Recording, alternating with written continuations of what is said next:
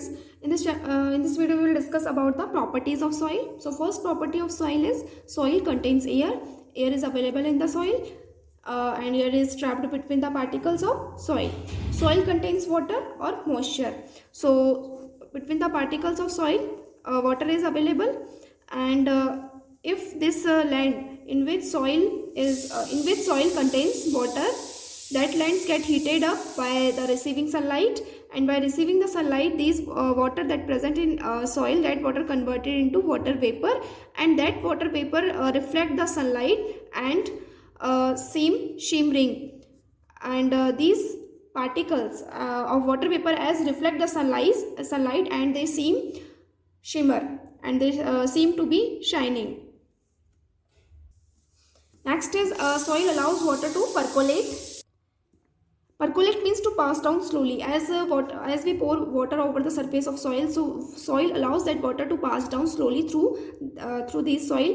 So that we call percolate or percolation of water. The process in which water passes down slowly through the soil is called percolation of water, because soil allow water to pass down slowly. And we can find out the percolation rate of water in a soil. What is the mean of percolation rate of water? That how much amount of water can be percolated through the soil, so in a 1 minute, so that we call percolation rate. So volume of water percolated in soil, a volume of water that is allowed to be percolated by soil, that amount we write at upper side as numerator, and the time taken for this percolation of water is taken in minute, and and this value is written as in denominator. So if we take example to solve this, like this is funnel, and upper part of the funnel is covered with filter paper, and if we take some soil and then starts to pour water, that quantity is 50 ml. That some part of water is absorbed by the soil, and the amount of water absorbed by the soil is 30 ml, and remaining part of water is allowed to be percolated and collected in this beaker, and that amount is 20 ml, and this process of percolation is done in 2 minutes. So the rate of percolation is 20 ml upon 2 minutes, 10 milliliter per minute. It means 10 ml of water is allowed to go down in 1 minute. So this is the rate of percolation. That how can we find out the percolation rate of water in a soil. Next is soil can absorb water. Soil is porous and has spaces between its particles, so soil absorbs the water between its particles. Due to this, soil can absorb water. All types of soil, as we have discussed the types of soil as sandy soil, loamy soil and clay soil. So all types of soil, however, do not absorb water to the same extent, because the property of soil is different from each other. Like we have discussed three type of soil. First is sandy soil. The particles of sandy soil, so all type of soil do not absorb water in a same extent or in same amount, because you know that soil is made up of rock particles, and the difference and the type of soil particle is different in sandy, clay and loamy soil. Sandy soil mainly have sand particles, and sand particle size is very large, so the space between them is very large space. So sandy soil do not absorb water, so or mostly water pour over the sandy soil is allowed to be percolated, so water is not absorbed by sandy soil.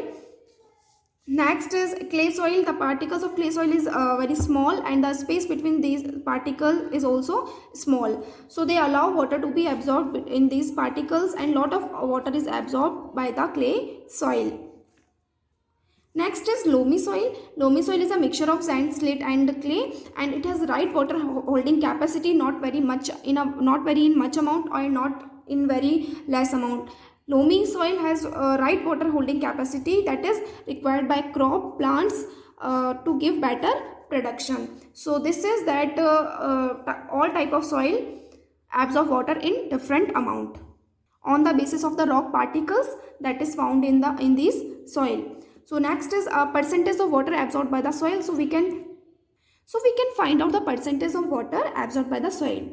So the formula of finding the percentage of water absorbed by the soil is mass of water absorbed by the soil. We write mass of water in numerator and the mass of the soil taken, we write that mass in denominator into 100, and then and by this formula we can find out the percentage. Like if we take 30 gram of soil and pour and allow water, that is 20 ml over this soil, then 10 ml of water is absorbed by the soil and remaining water, that is 10 ml, is allowed to be percolated. So mass of water absorbed by the soil is 10 ml and the mass of the soil taken is 30 gram. But here ml is a unit of volume and we have to write the amount of water in mass. So 10 milliliter is equal to 10 gram, because 1 milliliter is equal to 1 gram. So we can write 10 milliliter as 10 gram as equal to 10 gram, and 30 gram into 100, and we can find the percentage as 33.3 percentage. So the percentage of water absorbed by the soil is 33.3%. Next is soil and crops. The type of soil as well as the climatic factors determine the various type of vegetation and crops. And the difference between vegetation and crop is the plant that is grown in our nature itself without human efforts, that we call vegetation, that group of plants that we call vegetation. And the crops, the plants that is grown by the human efforts to attain a large production for our food, that we call crops. And so the various types of vegetation and crops that might grows in any region.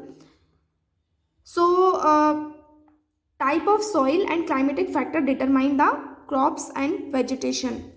So clay soil having a good capacity to retain water, and clay soil can hold water in a very much amount. Good capacity to retain water, that is required for paddy. Paddy means a field where rice is grown, that we call paddy. So for the rice crop, for the production of rice crop, clay soil is necessary, clay soil is required. Next is loamy soil.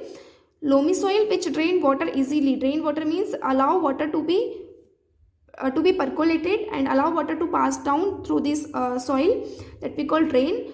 And loamy soil which drain water easily are required for lentils, masoor and other pulses. Loamy soil is also required for cotton crop. So property of soil has finished here. Properties of soil, and this chapter is also finished here. I hope you have understood this. Thank you.